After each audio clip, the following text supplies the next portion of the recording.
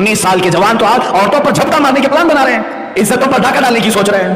19 سال کی جوانی لوگ یہ سوچتے ہیں صرف ہمیں چیٹنگ کے لیے ہے، عورتوں کو فرینک ریکویسٹ بھیجنے کے لیے، ان سے ہمارے رات کے مکالمے کے لیے۔ معاذ اللہ رب العالمین۔ اللہ تعالیٰ فرماتا ہے ہم نے جنات اور انسانوں کو صرف میری عبادت کے لیے بنایا ہے، اپنی عبادت کے لیے بنایا ہے۔ سمجھ میں آیا کہ ہمیں کائنات میں اللہ نے اگر بھیجا ہے تو اس کی عبادت کے لیے بھیجا ہے۔ عزیزان گرامی، اسی بات کو میں نے اس سے قبل بھی دہرایا تھا کہ انسان باقی ساری چیزیں کر لیا لیکن جس کا مقصد کے لیے وہ آیا تھا اسی میں وہ ادھورا رہ گیا، یعنی عبادت، اللہ کی رضا حاصل کرنا، یہ سب کا مقصد تھا، اسی لیے تمہیں بنایا گیا تھا۔ اور آج بہت سارے لوگ یہ سمجھتے ہیں کہ یہ لائف بیکار کی چل رہی ہے اور اس کو اس طرح سے گزار رہے ہیں جیسے لگتا ہے کہ کوئی ہلکی پھلکی چیز تمہارے ہاتھ میں آئی ہے۔ اتنی قیمتی زندگی اللہ تعالیٰ نے تمہیں دی ہے کہ اگر سانس تمہاری رک جائے تو کروڑوں دے کر کے بھی کسی ڈاکٹر سے سانسیں واپس نہیں لا سکتے۔ ایک بار تمہاری دھڑکن رک جائے تو لاکھوں کروڑوں اربوں دے کر کے بھی اس دھڑکن کو واپس نہیں لا سکتے۔ اتنی قیمتی لائف تمہارے ہاتھوں میں آج موجود ہے، لیکن اس کا مقصد نہ سمجھ کر کے اپنے آپ کو عیاشیوں میں اور بیکار زندگی میں گزارنا، گویا کہ انسان کا خود اپنے آپ کو دھوکہ دینا ہے۔ مجھے بتاؤ کتنے لوگوں نے اپنے آپ کو دھوکہ دیا؟ یہ تو جرم ہے دھوکہ دینا دوسروں کو، لیکن میں سمجھتا ہوں اس سے بڑا جرم اپنے آپ کو دھوکہ دینا کہ تم پیدا کس کام کے لیے کیے گئے تھے اور کر کیا رہے ہو آج۔ مجھے بتاؤ اے بچوں، جوانوں، کیا تمہاری راتیں اسی لیے بنائی گئی ہیں کہ تم رات بھر بیٹھ کر گیم کھیلو؟ کیا تمہاری راتیں اسی لیے ہیں کہ تم کسی بھی نکڑ پر بیٹھ کر کے گپیں لگاؤ؟ کیا تمہاری راتیں اسی لیے ہے کہ لوگوں کے عیب جوئی کرو؟ کیا تمہارے دن اسی لیے ہیں کہ تم اپنے طبیعت اور اپنی خواہشات کے لیے ڈانس بار، کبھی کلب، کبھی فلاں جگہ، نشے کے اڈے، تاش کے پتے، شراب کی بو، یہ تمام چیزیں زندگیوں میں ایسی لائی گئیں؟ کیا آپ نے کبھی یہ سوچا کہ اسی لیے میں دنیا میں آیا ہوں؟ نہیں میرے عزیزوں، کسی اور نے نہیں، تمہیں اس راستے پر تمہارے نفس نے دھوکہ دیا، اپنے آپ کو دھوکہ دے کر کے صراط مستقیم سے ہٹا دیا ہے۔ عبث نہیں پیدا کیے گئے، بیکار نہیں پیدا کیے گئے۔ میں تاریخ کی چند مثالیں آپ کے سامنے رکھتا ہوں جنہوں نے دنیا میں ایک ایسی تاریخ رقم کی ہے کہ ان کی زندگی کا ایک لمحہ بھی ضائع نہیں کیا انہوں نے، ایک دن تو دور کی بات، ایک لمحہ ضائع نہیں کرتے تھے۔ امام بخاری رضی اللہ تعالیٰ عنہ، کون نہیں جانتا اس امام المحدثین کو؟ قرآن پاک کے بعد سب سے افضل کتاب اس روئے زمین پر وہ بخاری شریف ہے، صحیح بخاری۔ آپ پڑھنے کے لیے جب بیٹھتے تھے یا احادیث کا مطالعہ کرتے تو رات پوری گزر جاتی، تھوڑی دیر آپ آرام کرتے، اس کے بعد جب مطالعے کے لیے بیٹھتے تو فجر کی اذان ہونے کے قریب آ جاتی اور وہ احادیث پلٹتے رہتے ہیں اور اس میں غور و فکر کرتے رہتے۔ پہلے ایسا ہوتا کہ صبح صادق جب ہو جائے تو مرغے بانگ دیتے، بانگ دینا سمجھتے ہوں گے، مرغا پکارتا ہے۔ اب مرغوں کے پالنے کا بھی سسٹم ختم ہو گیا ہے، سب دیسی مرغوں کی جگہ برائلر چکن نے لے لیا ہے، یہ سارے تو جنگلی کہلانے لگ گئے اب، حالانکہ اس کی فضیلت آئی ہے یہ دیسی مرغے کی، اس کو مارنے سے بھی منع کیا گیا، کہا گیا کہ اس کو اذیت نہ دو، اس لیے کہ لوگوں کو صبح کی اذان کے طور پر جگاتا ہے۔ تو پہلے یہی ہوتا تھا کہ برابر وقت پر صبح صادق پر مرغا بانگ دیتا اور لوگ یہی سمجھتے کہ اب فجر کا وقت ہو چکا ہے، وہ برابر فجر کے وقت پکارتا اور اس مرغے پر لعنت بھیجی گئی ہے جو آدھی رات میں پکارتا ہے، کہا گیا وہ شر ہے، وہ شیطانی ہے۔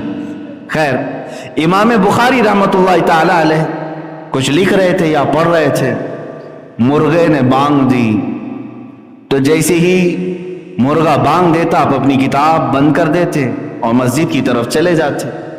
نماز کا وقت ہو چکا ہوتا جب آپ فجر کی ادائیگی کے لیے آتے۔ امام بخاری رحمت اللہ تعالی علیہ نے ایک رات مرغے کی آواز سنی اپنا مطالعہ بند کیا، اپنی کتاب بند کی اور نکل پڑے۔ مسجد آئے تو پتہ چلا ابھی فجر کا وقت ہونے میں کافی ٹائم باقی۔ کافی ٹائم کا مطلب آدھا گھنٹہ، آدھا سے پونا گھنٹہ ہوگا، اتنا وقت باقی تھا ابھی طلوع صبح صادق کے لیے۔ امام بخاری رحمۃ اللہ تعالی علیہ کو جلال آتا۔ حالانکہ اگر کوئی وقت سے پہلے مسجد میں آ جائے تو ثواب ہی ہے، کیا خرابی ہے؟ امام بخاری رحمۃ اللہ تعالی علیہ اس قدر جلال میں آئے کہ آ کر کے آپ نے ایک جملہ کہا کہ اللہ اس مرغے کو قتل کر دے، قاتل اللہ ھذا الدیک، اللہ اس مرغے کو قتل کر دے جس نے میرے مطالعے کے وقت کو برباد کیا، جو میری پڑھائی کا وقت تھا اس نے اس میں سے، اس کی آواز کی وجہ سے میں اٹھ گیا، میرا اتنا وقت اس نے خراب کیا۔ مرغا فجر کی اذان سے پہلے ختم ہو چکا تھا، مر چکا تھا۔ آپ کی والدہ ماجدہ امام بخاری رحمۃ اللہ تعالی علیہ کی والدہ ماجدہ نے آپ کو نصیحت فرمائی اور ارشاد فرمایا کہ بیٹا اس کے بعد کبھی کسی کے لیے اس طرح کا جملہ نہ کہنا، اس لیے کہ اللہ تمہاری زبان میں اثر رکھا ہے۔ بتانا مقصود یہ ہے میرے عزیزو کہ ان کا کتنا وقت گیا ہوگا، آدھا سے پونا گھنٹہ، جس کے لیے وہ اتنے جلال میں آئے کہ اس مرغے کو پھر کبھی دوبارہ پسند نہیں فرمایا اور وہ ختم بھی ہو گیا۔ یہاں تو پوری کی پوری راتیں ضائع ہو گئیں، برس کے برس ضائع کیے، مہینوں ضائع کیے اور کبھی اف تک نہیں۔ میرے عزیزو تمہارے پاس جو وقت ہے یہ بہت ہی قیمتی وقت ہے اللہ کو منانے کے لیے اور اس کو راضی کرنے کے لیے۔ میں ایک حدیث پاک آپ کو سنا کر مقصد زندگی آپ کو بتانا چاہوں گا۔ اللہ کے نبی صلی اللہ تعالی علیہ وسلم ارشاد فرماتے ہیں لا تزول قدما ابن آدم حتی یسأل عن خمس، قیامت کے دن ابن آدم یعنی ہر انسان، کوئی انسان کے دونوں قدم ہٹ نہیں سکیں گے اپنی جگہ سے۔